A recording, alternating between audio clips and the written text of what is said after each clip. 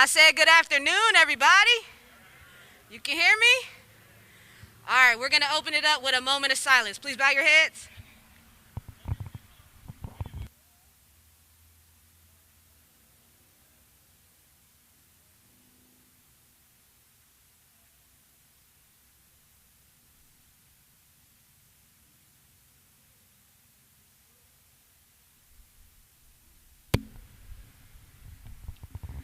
Thank you. My mom is going to say the greeting.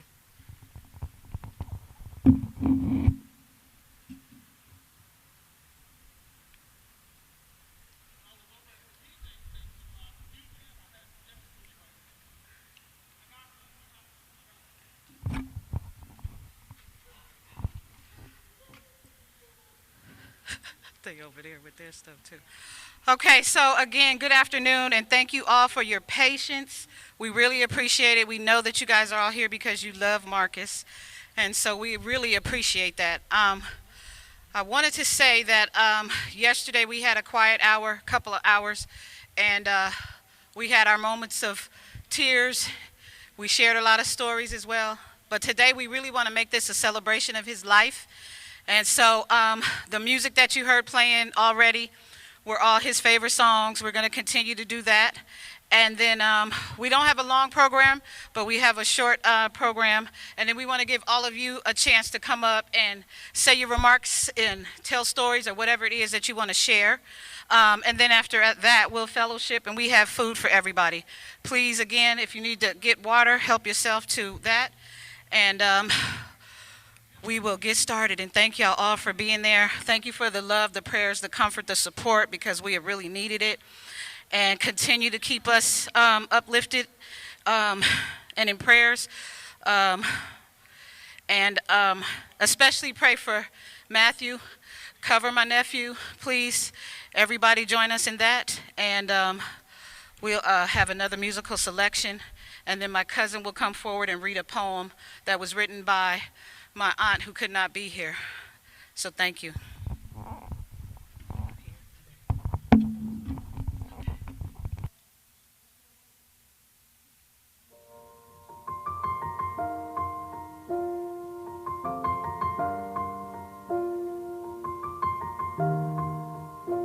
It's been a long day without you, my friend, and I'll tell you all about it when I see you again.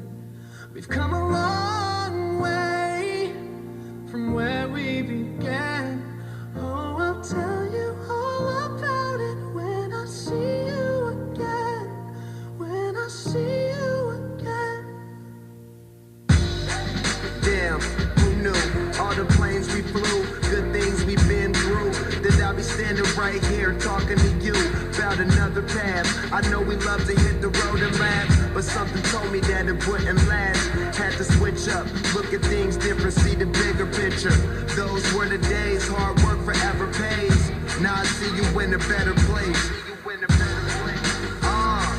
How can we not talk about family when family's all that we got?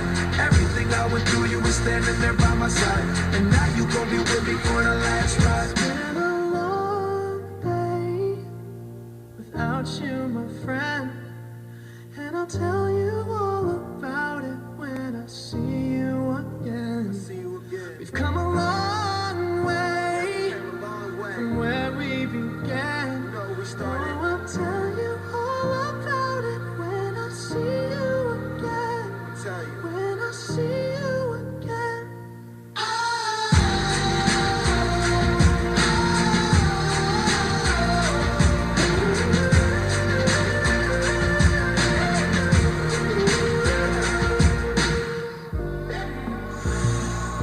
First you both go out your way and the vibe is feeling stronger. What's small turn to a friendship turn to a bond, and that bond will never be broken. The love will never get lost. And when brotherhood come first, then the line will never be crossed. Established it on our own when that line had to be drawn, and that line is what we reach. So remember me when I'm gone. How can we not talk about family when family's all that we got? Everything I went through, you were standing there by my side, and now you gon' be with me for the last ride. Let the light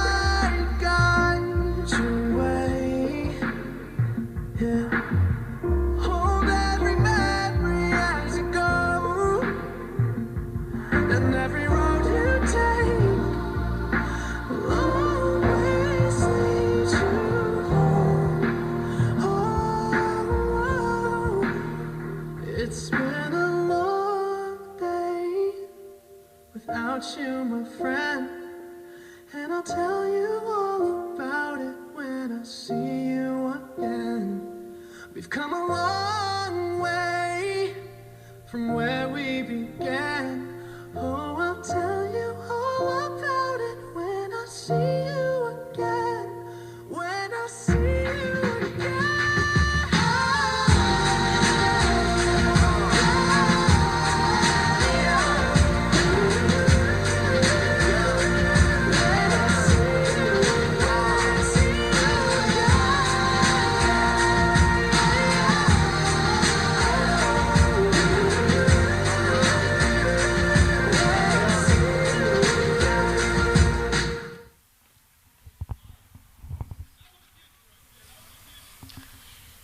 Good afternoon, everyone.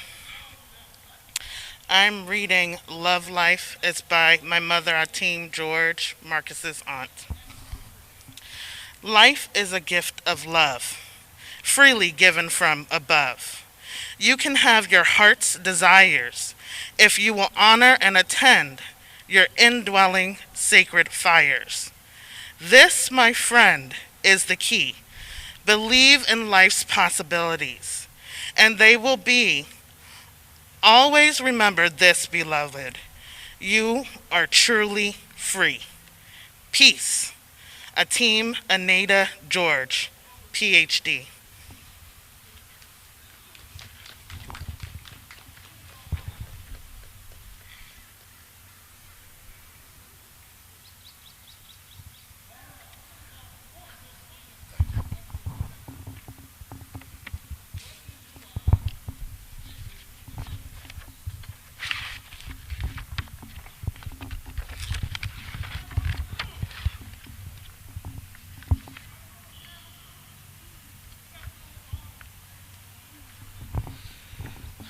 Good afternoon, everyone.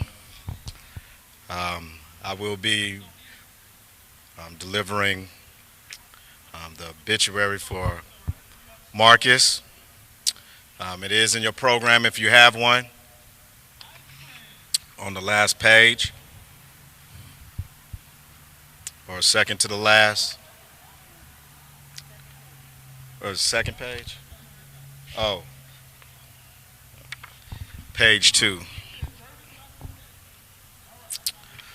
Marquex Levi Boynton was born May 15, 1981 in Redwood City, California, to parents of Levi Sr.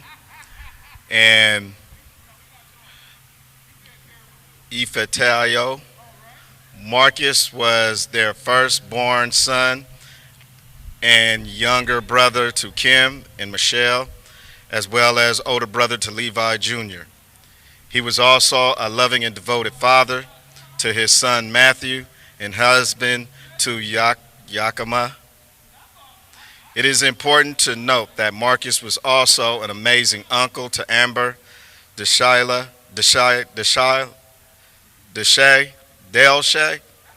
Brian Sr., and Juwan, and a fun-loving great uncle to Brian Jr., Brandon, and Brooke. He was also the brother to Jelani and Perry, a wonderful nephew, cousin, mentor, and manager, to be the best friend to countless numbers of people of all creeds and cultures. Marquez was mostly homeschooled by his mother as a child, but eventually attended public school. While being homeschooled, Marquez became a kickboxer and an avid swimmer, even serving as a lifeguard with the Vallejo GVRD during several summers. Marquez graduated from Vallejo High School in 1999, where he was a member of many clubs and organizations, including the Black Student Union. After high school, Marquez attended Diablo Valley College and later transferred to the University of Virgin Islands, UVI. While at UVI, he took part in the International Exchange Program at the National Autonomous University of Mexico. He became fluent in Spanish and immersed himself in the Mexican culture and cuisine. He earned his bachelor degree of arts in international relations and affairs at UVI. Marcus' pursuit of higher education and business led him to continue his studies at Nova Southeastern University, NSU, in Fort Lauderdale, Florida. While at NSU, he traveled to Shanghai, Beijing, and Hong Kong, China, where he participated in Shanghai University's International Business Field Seminar. Upon his return, he earned his master's degree in international business administration. Marcus was extremely active throughout his life and was the ultimate outdoorsman. He enjoyed everything from skiing and snowboarding to bike riding and ATV riding and anything else that would give him an adrenaline rush. He loved to express himself creatively. Marcus was an artist and he loved to draw anime. He also loved technology and was known for taking things apart and putting them back together. Basically, he was a complete gadget freak, always supplying family and friends with the latest and the greatest in technology. He loved his job as service warehouse lead at Apple Care Logistics in Sacramento, California, where he worked from 2015 to July 2021. Mark was revered as a leader who was a member of Black Apple and respected for his work ethics. Marcus was a global citizen whose travels to the Dominican Republic, China, Egypt, Mexico, the Netherlands, and many other places. Gained many friends and extended family members. Marcus was a hilarious, outgoing, fun-loving adventurous who would do or say anything to put a smile on the face of those whom he loved. Marcus loved to imitate people and tell stories that could easily make your gut bust. Marcus was a huge lover of nature and animals and had many pets throughout his life. An animal kingdom, if you will. Marcus owned fish, turtles, snakes, lizards. He especially loved dogs. Shakia, Ginger, Blue, and Bosco were all his pets. Marcus preceded in death by his father, Levi Boynton Sr., and his brother, Levi Jr., a.k.a. BB. He lives to cherish his memories, his mother, wife, son, sister, sisters, nieces, nephews, and his surrogate grandmother, Myram A. Morgan. His godmother, Asia Shireen, and many uncles, aunts, cousins, his in-laws, and Lapkins, and extended family and friends.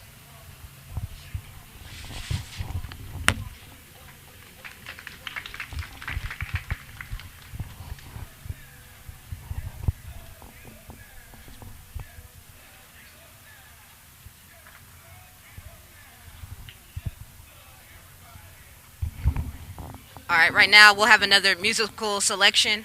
If you'd like to say something, you can start making your way to the left side of the stage, please.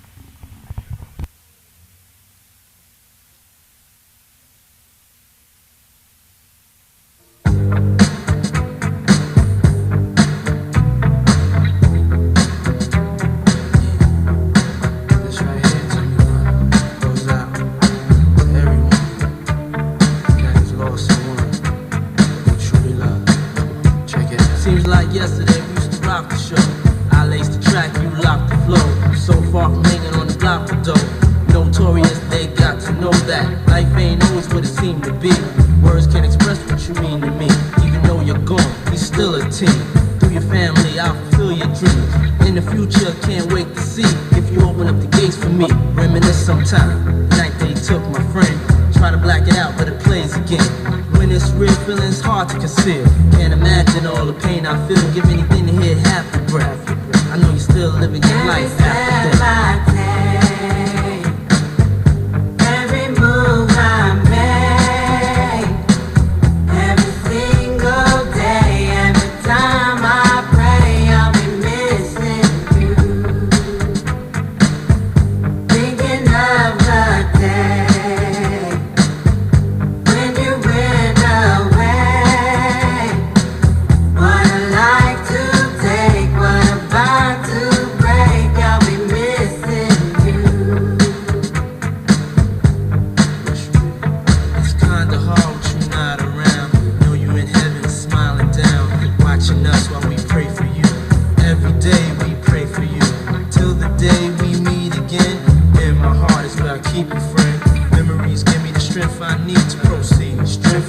believe. My thoughts bigger, just can't define.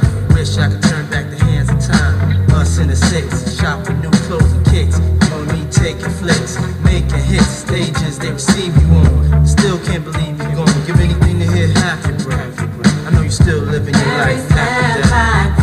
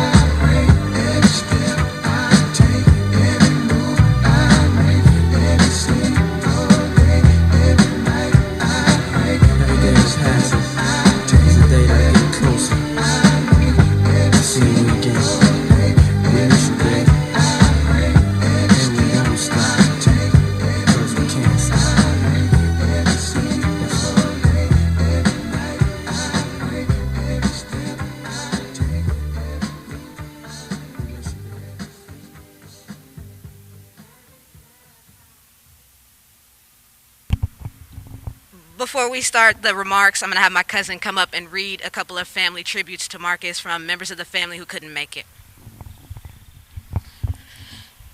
Good afternoon again. Okay. I apologize for the tears.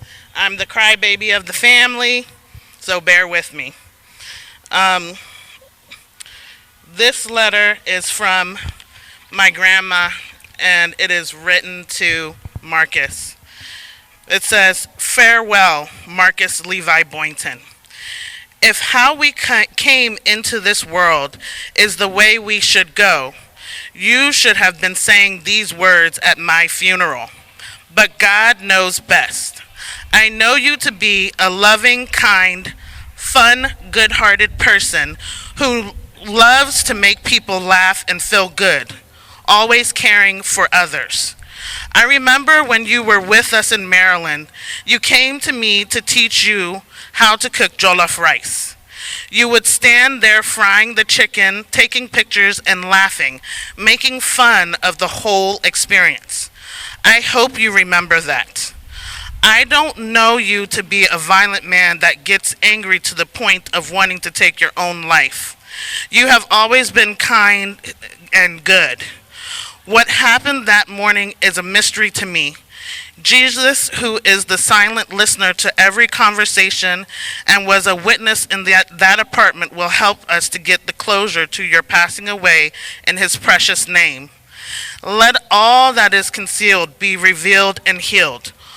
Always remember that we love you and we are your family, and you will live in our hearts forever. Pray for us as we pray for your soul to rest in perfect peace. May your son grow up to make your name great in this world, and your mother to have peace for the rest of her days. Until we meet again, may God bless your soul and comfort your family.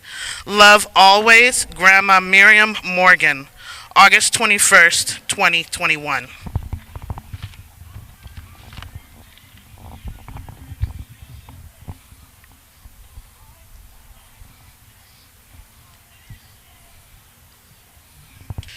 This one is from my mom, Ateem E. George. Peace go with you, Marcus. Dearest Marcus, I join those of us who loved you with an authentic, everlasting love, wondering why such a talented young brother is gone from our midst. Grandma Miriam and I are praying daily that you rest in peace and power with our ancestors. Writing this note is part of my process of releasing your spirit in love. I want the world to know how proud we are of you and your numerous accomplishments. Your curiosity about the wider world and the exploration of world languages and cultures. Above all, we will remember your commitment to excellence and mastery. After all, you introduced the term polymath into my working vocabulary. Whatever area of human endeavor you approached, you sought to master it, learning its secrets: swimming, cooking, Spanish, and digital technologies. This is the legacy you bequeathed to your beloved son Matthew.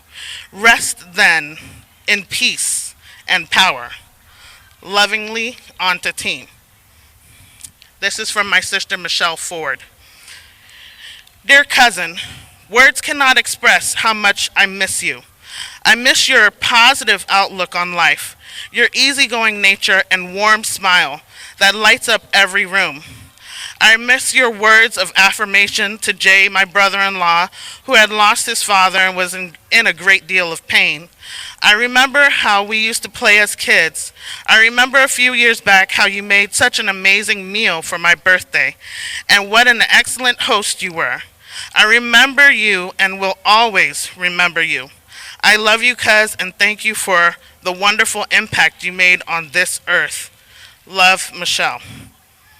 And this is my dedication to Marcus. Marcus, my entire life I have lived with you as my big brother and guiding light. I don't know how I'm going to do it without your physical presence, but I am thankful that I was blessed with you in my life. Excuse me, I'm sorry. To my Aunt Ife, my Boynton crew, I love you all more than words can express, and I am grateful that we are family and siblings. You already know that I am a phone call, a text, or a plane ride away. The truest test of someone's character is not what they did, but the lives that they impacted while they were here. When I think about Marcus, so many words come to mind to describe him, but I found that even those words do not capture his true essence and pale in comparison to the man that he truly was. But if I had to sum it up, some of the words that I could use to describe him are passionate, funny, dorky, ladies' man, Casanova, ambidextrous, Rico Suave, negotiator, advocate, compassionate, empathetic, intelligent, attractive, entrepreneur, global citizen, and world traveler, loquacious, excitedly impulsive for all adventures, and chaotically organized. His zest and inquisitive nature and need for adventure were some of the very things that I know that I know we all loved about him. I love that without judgment or criticism, he would say, maybe that's not such a good idea, cousin, and tell them about your big brother, Marcus. Then erupt into a big fit of laughter and give you that $1 million smile or envelop you into one of those ginormous Marcus hugs. There are so many more things that I wanted to say and so many more things that I wanted to do with him. 40 years just does not seem like enough time. I love you, and you will be missed, cousin. Rest in perfect paradise. Love always. Your cousin, Roberta Oluwatoyin Duke Obafemi Oluwafumilayo Adeluwa Onuma Ogunba. Thank you. I had to put it all out there.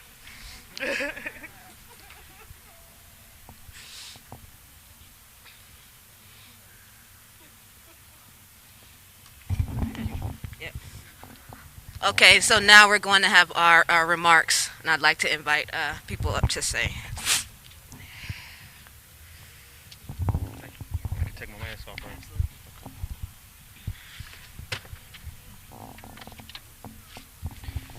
Good afternoon, family, friends. My name is Rashad Hassan. I I met Marcus in 2000, somewhere I believe in 2003 through Omega Boys Club, our collegiate scholarship program. I heard about Marcus before I even met him. I heard, and it's great to know that he and I were both born in the same city. Marcus,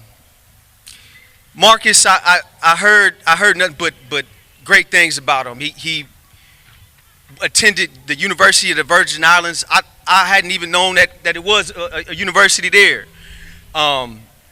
So initially he inspired me. It was something I felt that a place that I wanted. Matter of fact, I attended. I got accepted to the same university. Long story quick. When Marcus came back from college, we met. He was humble. He gave me all the information that I needed. He was my woke brother from Omega. It was nobody that I could relate to more than Marcus. The last time I spoke to him, which was about, I believe, 7 months ago, he asked, he wanted to make a show, a conscious, a woke TV show that will continue. The work will continue. I thank you all for raising the man that he was. I'll never forget him. He will always be with me. Just thank you, and my dearest and deepest condolences to the family, first and foremost, and friends, and anyone that met him. Thank you.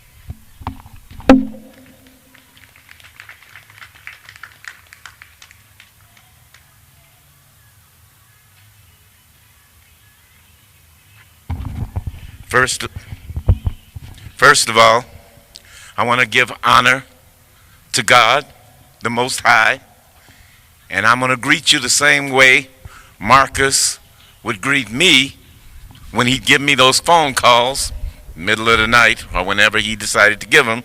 Assalamu alaikum, brother.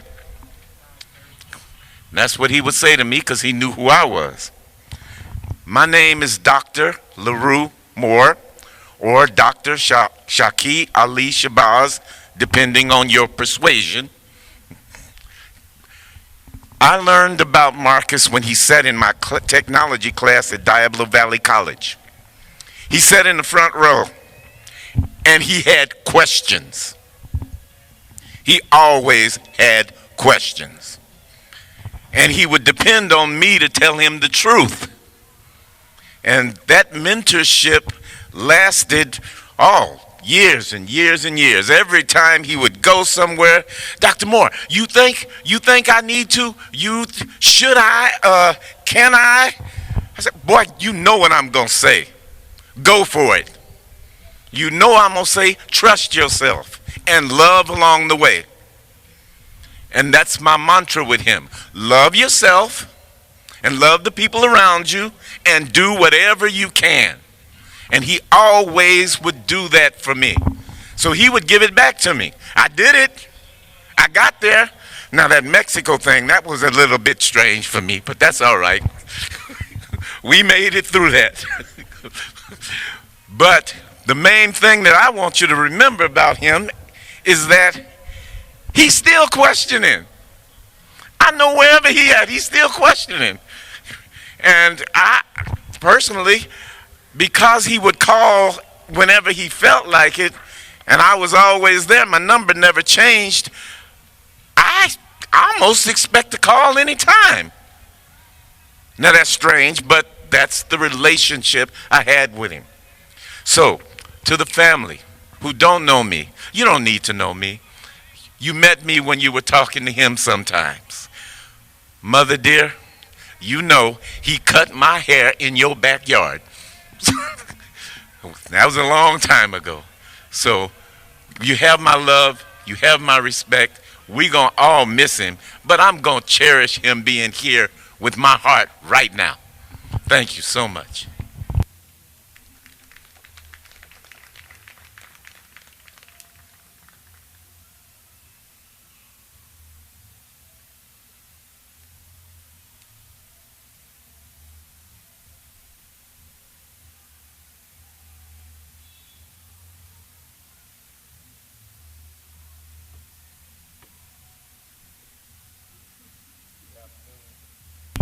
Good afternoon again.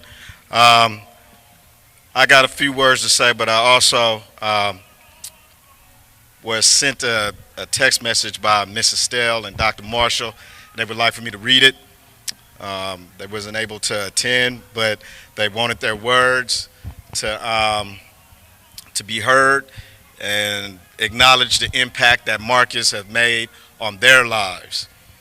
My dear Marcus, polite, thoughtful, inquisitive, conscientious, joyful, caring, adventurous, and studious, delightful, charming, welcoming, funny, and open, willing, understanding, sentimental, and intellectual, engaging, and fun, with eyes that sparkled, with a smile that would light up a room. Although no longer with us, you will ever be near, because the space you held in our hearts will always be forever. Hold precious and dear. Love, Miss Estelle.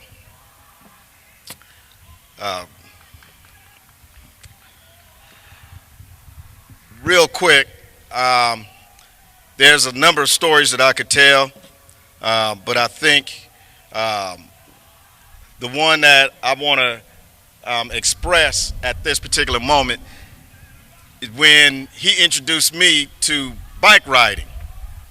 And I didn't know he was into riding bikes. I didn't think about bikes no more than the bikes that I saw at Walmart for $150. And so when he was talking about, yeah, man, I'm getting into bike riding and this and that, I was like, okay, cool. You know, I'll go to Walmart and I'll give me a bike and then we could go out. He was like, nah. I ain't talking about just going up and down the street. I mean, going for a real ride where we looking at 20, 30 miles, and you need a real bike to do that. I'm like, a real bike, man? They got real bikes everywhere for a couple of $100. He was like, nah, man, you got to get into it. Everything from the type of frame to whether it's a road bike or it's some kind of stuff. He just laid out all this stuff and all this information to me. So I'm like, okay, fine. Well, where would I look? And he gave me a couple of places. So I go to those places, and I got a list that he gave me, like, this is what you need to look for when you're going to get a bike. That motherfucker was like $10,000. I was like, whoa. So I told the man, well, where's your cheap version of all of this? So then we go down to the $5,000 bikes. I'm like, man, I know you got something cheaper than this. And the guy was like, man, maybe this ain't the right store for you, right?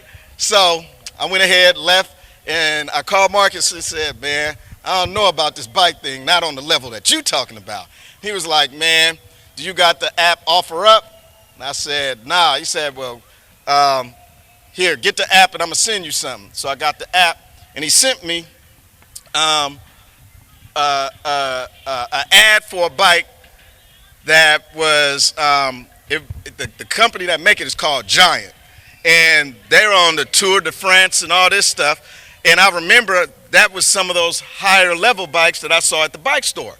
So I'm looking, I'm like, oh, okay, well, man, this is still like way out of my price range. He was like, nah, man, he found me a bike for $350 that normally was going for like about, I think it was like $3,000 or something like that, but he found it from a guy who, I guess he had a rich mama or something, who bought it for him on a whim, and he just rode it like twice and then left it alone and was like, I'm just trying to get rid of it.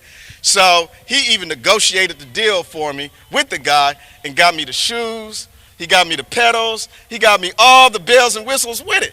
And I was like, man, for $350, and again, I'm thinking about what I found out on my own.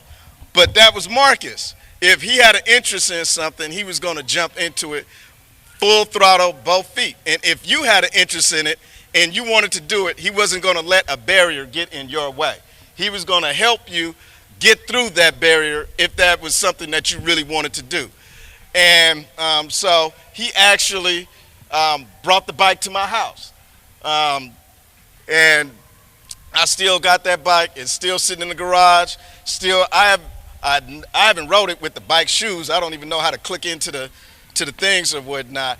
One of the things that I'm gonna make sure that I do is I'm gonna learn how to click in to that bike and ride it, and take some of those rides that he was always talking about. If there's anything about that story that I want people to walk away with, is one, Marcus not only wanted the best, was try almost anything under the sun, but he always wanted to engage other people in his joys too. If he thought that you enjoyed it, he was going to sit down with you. If there was something that would get into your way or something that he thought he can eliminate, he would go all out for you to make sure that you had that opportunity to enjoy what you enjoyed, but also he took joy in what you enjoyed. And again, I feel the same sentiments that I've known Marcus a long time, and all I know what comes to my mind is the joy that he brings just by being in the room. I didn't feel nothing else except for that type of energy that he had. And for me, he has. He's going to be in my heart. He's going everywhere with me. I'm not looking at saying goodbye. I'm just saying see you later.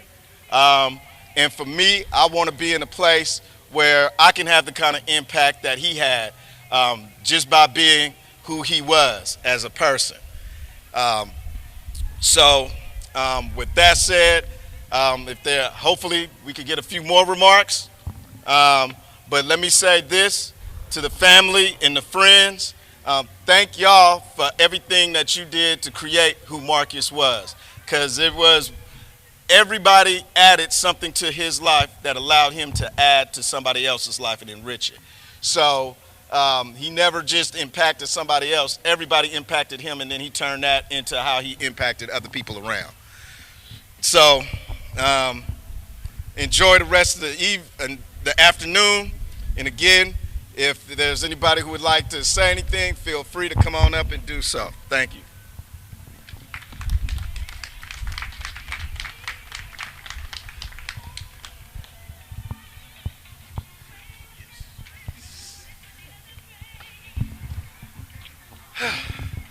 Good afternoon, everybody. I know some people looking like, who is this dude? Anybody that was around about 25 years ago know that there was this little chubby fat kid running around on the weekends. Apparently that was my big brother until I came around. But somewhere in my pop's crib, there is a video, a VHS tape of my christening. It was at my grandpa's church in Richmond. There was this dark-skinned, tall dude with this big mustache and this pregnant, light-skinned woman that was pregnant with my little brother at the time. They took me in.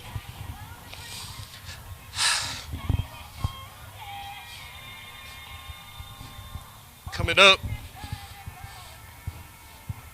I spent most of my weekends at the house. It was the five of us. It was Marcus, I think, you're older than me? Yep. Amber was older than me by a few months. I was older than BB by a year. We're not even gonna talk about you. We just know you was the baby. But all we did was run around the house. We got in trouble. Went on camping trips, fishing trips. That was our childhood. We was close. And out of my parents, I only have one sibling. But out of them, I had many. And I'll never forget, Marcus, I can't say the word, Auntie, I said it to my sister a couple days ago. Marcus was a hoe. Because he was so cocky. He just had to smile and let you know that he was Marcus. Like me and BB, we could be sitting right there playing a video game. Marcus go, "Hey P." Yeah. And he just start curling the weight. He just start making his chest jump. Like that was Marcus. Marcus was just cocky. and he always had that smile. Like his cheeks are big because all he knew was to smile. It was like never a moment you didn't see him smile. And my son was a year. We came out here from Texas. We wanted to see all of our family. We went to Elk Grove, went to Unc's house, got to saw him. It was like late 2015. And it hurts because that was the last time I saw Unc. But we sat there and we talked for hours, and then the door opened.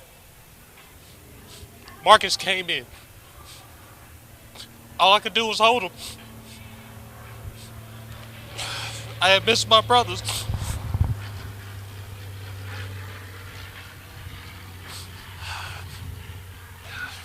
I hate that I had to leave. I didn't get a chance to grow up out here. I always knew that one day I'd come home and I'd just be with my family again.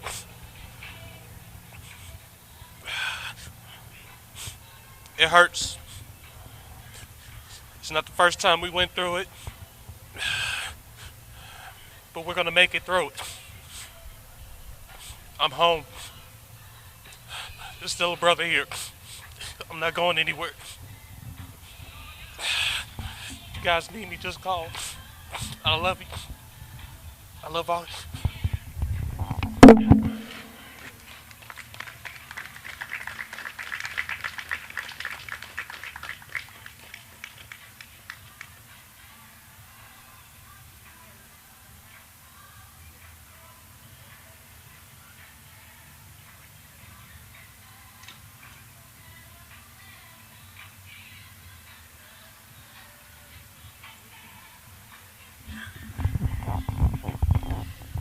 So I'm Marcus's eldest sister.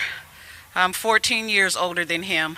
And Marcus, growing up, like everybody has stated, was so adventurous. He would get into so many different things. And one of the funniest stories that I have that I wanted to share was that I shared a little bit yesterday at the quiet hour. But Marcus was about 19. He decided that he wanted to go and ride a motorcycle. And so, you know, most of us, if we endeavor whatever, we might take a class or, you know, do it the right way. Marcus decided to go to the motorcycle shop first, and he bought the bike. And so at 19, we're stunned. We're like, who in their right mind would just let a kid come in there and then ride off with the bike? Like he had never ridden a real full-fledged motorcycle. And he got this Yamaha GRX something something. It was bright red, and he had the gear, the helmet, the big padded, the whole thing. And so we looking for him that day, but we didn't know where he was. And so he gives us a call to the house, and he's like, I had an accident. And so we all just happened to be there, me, my sister, mom, dad. And we like, where are you? And so he tells us. And so we run to the scene because that's what we do. And when we got out there, we're looking for a car. And Marcus had slid through the intersection on the motorcycle. And we was like, first of all, whose motorcycle are you riding? And he was like, it's mine. And we were like, how did you get a motorcycle? Well, to make a long story short, we got the bike. We had to get it towed. And it was only 3-4 blocks from the house. But we got it towed. It was all banged up. He put it in the shop. And then my parents had went on a vacation. So they said, come over and check on your brothers. And I did that. And so one day when I got over there, I see Marcus, and he's doing this thing where he's like, every time he would climb the stairs, he was like, wincing. And I'm like, I didn't say nothing. Then he came back down. He doing it again, every step. I said, what is wrong with you? Nothing. So I finally pull him next to me, and I pulled his shirt up. The boy had took the motorcycle back out again, and he had crashed into a parked car. And this entire side of him was literally, all the meat was gone. The skin, the everything. And I'm like, had to take him to the hospital. He said, please don't tell mom and dad that I did this and that I'm in the hospital. I'm like, Marcus, I got to tell him. You could have died. Why would you do that? And then it was like, oh, and don't tell Tim, because Tim was our neighbor. It was his car that he had slid into. And I'm like, are you really going to try to keep me from telling all of this? And he's like, yes. Another story, Marcus worked for this train company. And they're responsible, when you see those double-deckers and all the brand new cars coming in, Marcus's job was to get on the double-decker, and he would back the cars off, and then he would, they line them up in these rows. And so being the rambunctious, is that him? Like, what are you, why is that keep, the wind is so bad. He would literally jump into the tracks, and one of the last time that he jumped over the track, his boss accidentally hit him. And when I say he hit him, he threw Marcus like 30 feet in the air, and he came down like a rag doll. They had to airlift him to John Muir. And of course, we get the call, he's been in an accident, and we're thinking, he was at work. What kind of accident? And then the boss is like, I hit him with my truck. And we're like, so we rushed to John Muir.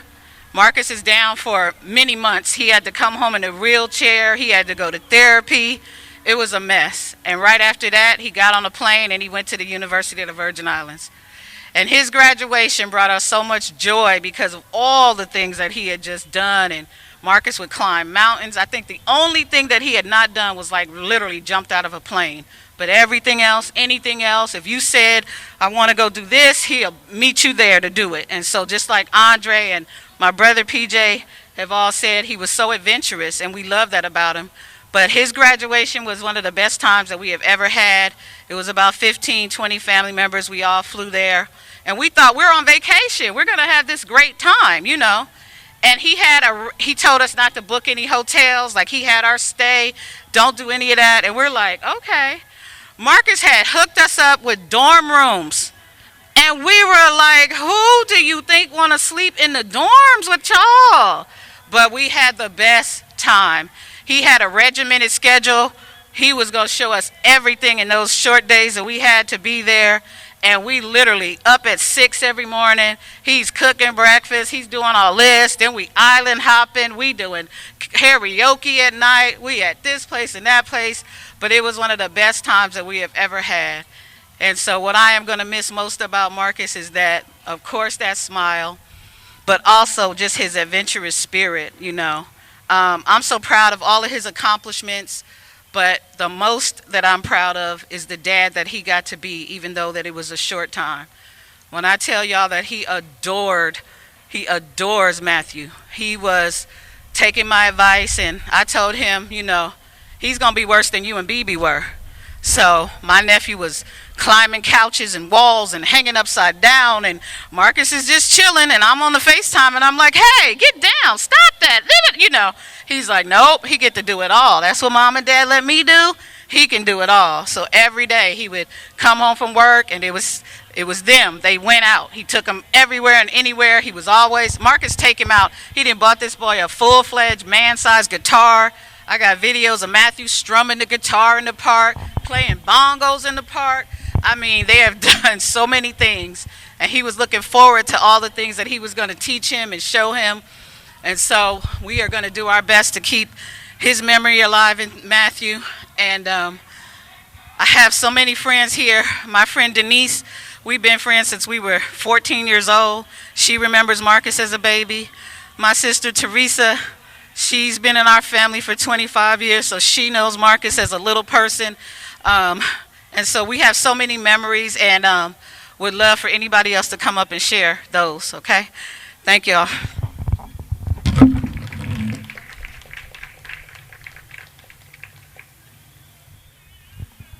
Good afternoon. Yeah, I don't know if you guys can hear me. I'll take this off. Yeah, thank you. My name is Monica Leilani Ching. I met Marcus over 20-something years ago. In fact, I guess he was 19 years old. And I met him at Omega Boys Club, now known Alive and Free. I worked there with Dr. Marshall and Miss Norris. And the moment I met Marcus, we instantly just connected. At the time, I was a single mother. My son was probably around 6 or 7. And Marcus would come over there. He would come to the place a little early, always have a conversation with me. would always talk to my son, help him with his homework. And that's how our relationship initiated and how it started. Marcus so one thing about Omega, we have some brothers and sisters over here. That bond is very sacred.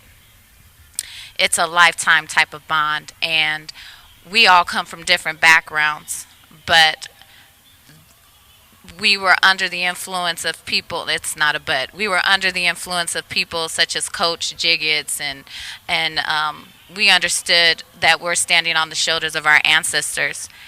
And Marcus would be a person that came from a different background than the majority of our circle. And he would shed light. Although he was younger than I was, he was like, we had this teacher-student type of relationship, a brother-sister type of relationship. And I remember him getting up and speaking. A lot of times we would get up just ad hoc and start speaking. And we would talk to the young people because we understand the more you know, the more you grow. Marcus came over with that sense of knowledge already, always willing to share information, very resourceful. And Marcus, the first time he got up and he said, "My name is Marcus," and it's spelled Marquex. I was named after Martin Luther King, Marcus Garvey, and Malcolm X. And already, just his presence just lit up the world, the classroom. Moving forward, somehow Marcus and I just always stayed connected. When I was sitting here earlier, and the first song that started playing was by Music Soul Child, and it was Soul Star, one of my favorite songs, and I hadn't heard that in I don't know how long. It's one of the songs that I will play occasionally when I'm by myself. So the fact that it started off that way, I think it's very significant in terms of the relationship that I had with Marcus, because I felt like he was a soul star. And so somehow moving forward, we would eventually be paired up with each other on behalf of Omega. We've done numerous presentations together. In fact, once we were selected to go to LA.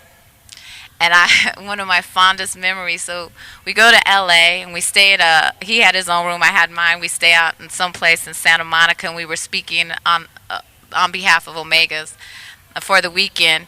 And each time we just got sharper, iron sharpens iron. That was, the way that we operated. And each time we would do a presentation, we would criticize, we would give each other constructive feedback. Like, yeah, you did that good. Okay, next time, why don't you try this? And, we always fed off of each other. But afterwards, we would go and play. And what we did was we had met this brother named Chico Brown. There's a lot of people would know about him. And Chico would roll us around L.A. because he knew everything about L.A. And he had got the Crips and the Bloods together. They got all these movies and shows on behalf of him and Freeway Rick. But anyway, moving forward, so we was affiliated with someone that knew all about L.A.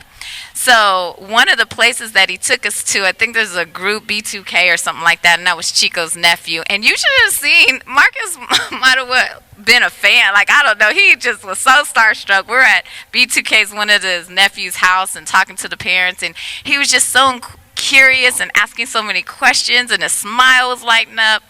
And I just remember how happy he was and how we would just giggle all the time. And it was the first time we were driving, and we went to this place. It's a donut place, Krispy Kreme. I never heard of it back then. And literally, we're driving down the street, and he made Chico stop the car. He was like, "Is that a Krispy Kreme?" I've never seen anyone so excited about a donut place. And so that's the first time I had a Krispy Kreme donut. It was all the rage. I mean, we took pictures of it. It's in a photo album somewhere. Like, this was very memorable. So that just a little bit of some of the many, many memories that go over 20 years. I had a speech written out initially, but my spirit told me on the way here and up to this moment, what I used to tell Marcus when we did presentations is, put that notebook down. You don't need that. Stop writing stuff. You got this. You got your head, And that was the kind of relationship that we had. Many, many times he would give me feedback. And so I just decided to keep it in tradition and memory of how we operated.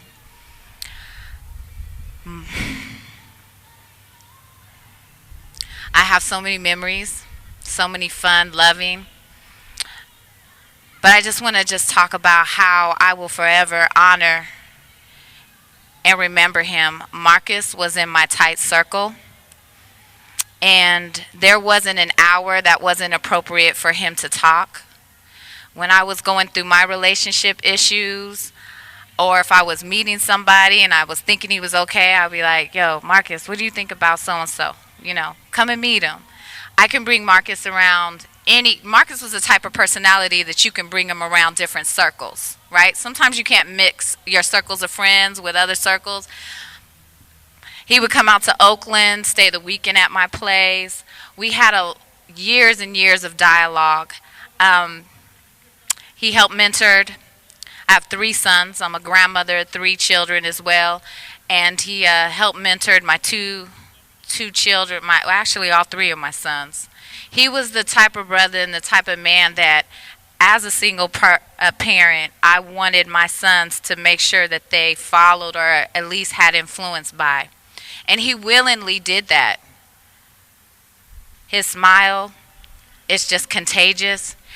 And over 20 years, most of my memories is infused with laughter. It wasn't just a smile.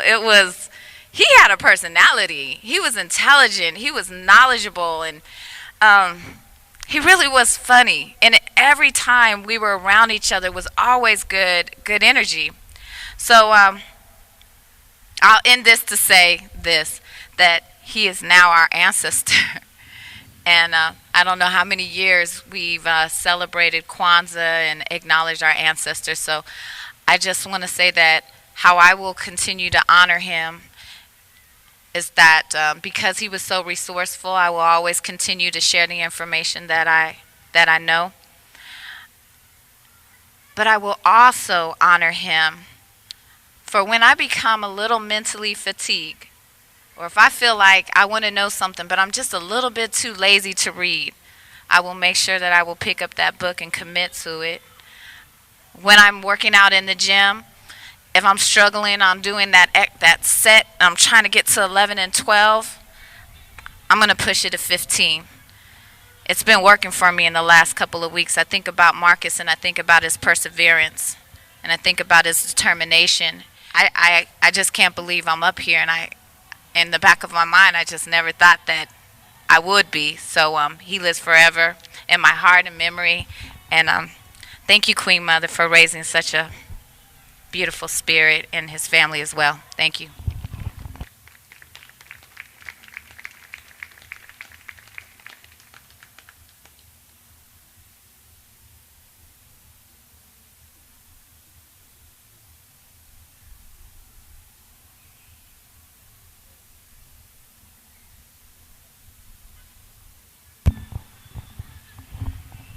Okay, so at this time, family, I'm going to read the acknowledgments. Family and friends, your words have comforted us. Your support has strengthened us, and your love has sustained us. We extend our deepest thanks to you for your kindness during our greatest sadness. We appreciate it more than words can express, and it will always be remembered. Your comforting expressions of sympathy will always be remembered with deep gratitude. Thank you for your generous contribution as well. Miss Fonda Carlisle. Oh, sorry. That was from a Team George. Miss Fonda Carlisle, we wish to warmly thank you for your comforting words and genuine acts of kindness in our time of sadness. You went above and beyond for us, and we can't thank you enough for your generosity. Miss Asha and Jelani Shareem, your presence helped to lighten our burden. We were grateful to enjoy your company and hear your lovely memories. We also thank you for your generous contribution. Howard Bandy and family, thank you sincerely for your thoughtful expression of sympathy during our time of bereavement, for preparing food for our family, and for your donations. Gwen Martin and family, you are a great comfort during our sorrow, where the expressions of sympathy conveyed to us in many ways. We appreciate your thoughtfulness and thank you most sincerely for your generous contribution as well. Doris Overton and family, thank you for your prayers and supporting during our time of loss. It has meant so much to our family. Mr. Bomani Kalinga, we can't thank you enough for your love, support, generous contribution, and your help today. Rich and Lisa Carlson, special shout out. Your hands on support for anything and everything we have needed is invaluable, and we cannot thank you enough. We especially want to thank everyone who donated in honor of Marcus to make this happen today. Thank you very much. Those include Lee Michael George, Brigitta Keel, Ryan Burns, Adam Overton, Julia Nazario, Zahara Altufi, Tom and Teresa McGlobally, Kristen Overton Scott, Christopher Harrison, Jeanette Dawson, S. Obadiah Butcher, Gina Kelly and family, Kalina Stalina, Denise Smith, Henrietta Brown, Peggy Jones and Howard Bandy, and thank you to Roberta Anuma, Andre Akins, Monica, S. Obadiah Butcher, and Asha Shireen for being a part of the program, and Divine Nana for creating the program. If we've missed anyone, please charge it to our hearts, but we love you. Thank you very much.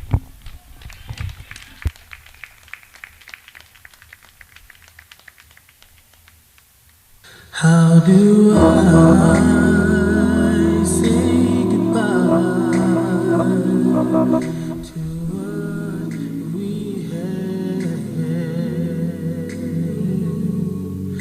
The good time that made us laugh, outweigh the bad.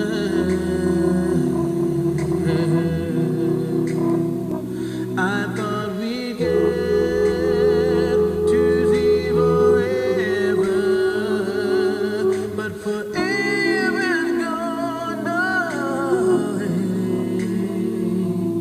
it's so hard to say goodbye to yesterday.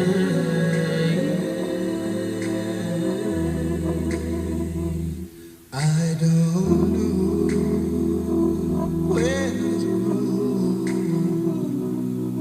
is going to lead. All I know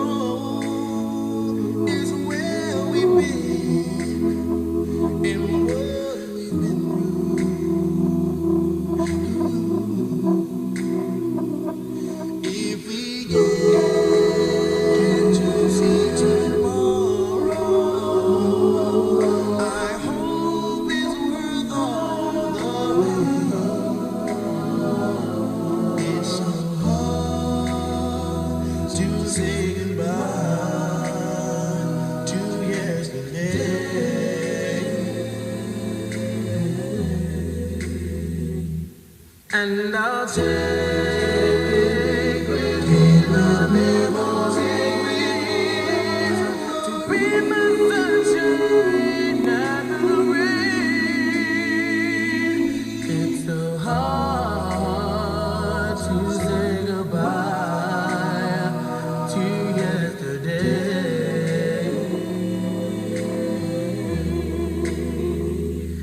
and I'll take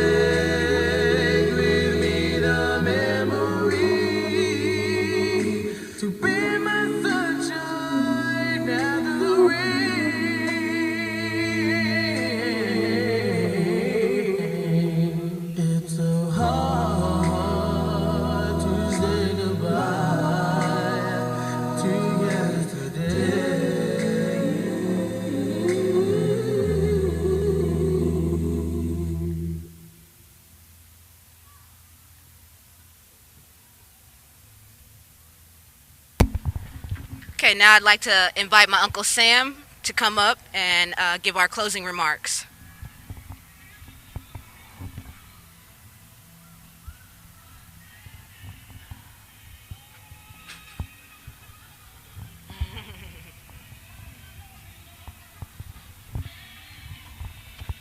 Thank you. Thank you, Uncle.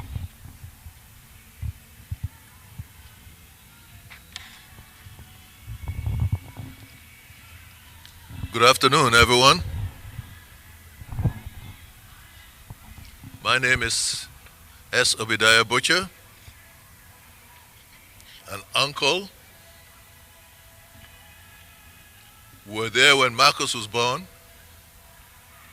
Prior to that, I was in a position to host his dad and mom at my apartment when they first moved from the East Coast out west. Knowing that experience, what could have happened? Coming into a new place, not knowing anyone. I didn't know them then, but we hooked up. And it's been that way since.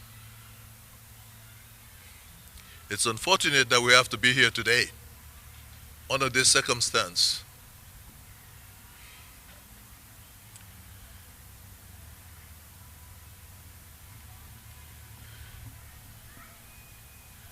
But the divine arbiter understands best. So we would like to thank all of the family members and friends for their contribution and participation in the commemoration and celebration of life and homegoing of a loving son,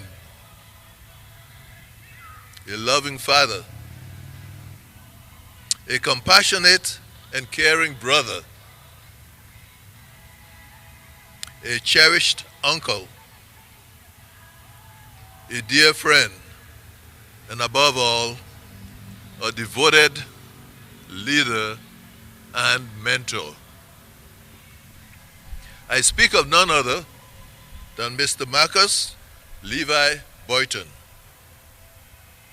So my wife Joanne and I would like to say a little prayer, not just for the family of Marquex, but for all of us as family and friends of the community that Marquex loved so much and gave so much of himself back to. Our prayer goes like this. Dear Lord, in our moment of grief, we do not ask for lamentation, but for gifts so much more dear to us and our good hearts. We ask for joyful gatherings with family and friends all around us.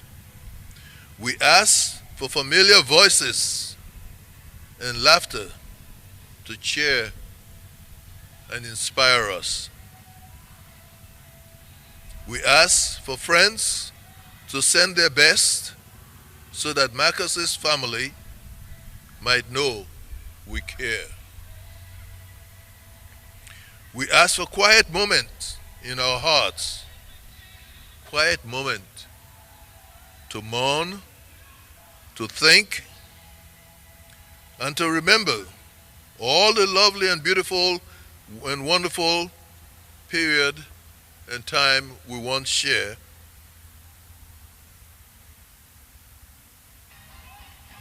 And may those moments sustain us throughout this period of bereavement. And above all, provide us with the strength to carry on as Marquex would like for us to do. We also ask for peace, love, and understanding. The understanding that the Lord always wants the best for his garden. So what did he do? The Lord put his arms around Marquex and lifted him to rest and whispered in his ears, "Peace be yours, my son Marquex." It really breaks our hearts to lose our dear son Marquex from planet Earth. But rest assured His loving spirit stays with us, and he did not go alone. Part of us went with him the day the Lord called him home. I know that the divine arbiter, our common creator, would hear our prayer. Amen. And may the soul of Marquex Levi Boynton rest in perfect peace. Amen.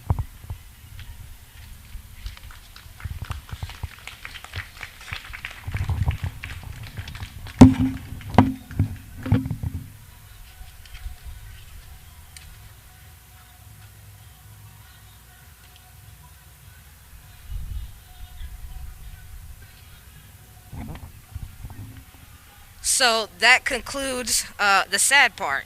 Now we want to fellowship, have some food, and turn up, celebrate Marquex's life. Thank you all for coming. On behalf of myself and my family, we love you all. We appreciate you guys. And just remember that smile.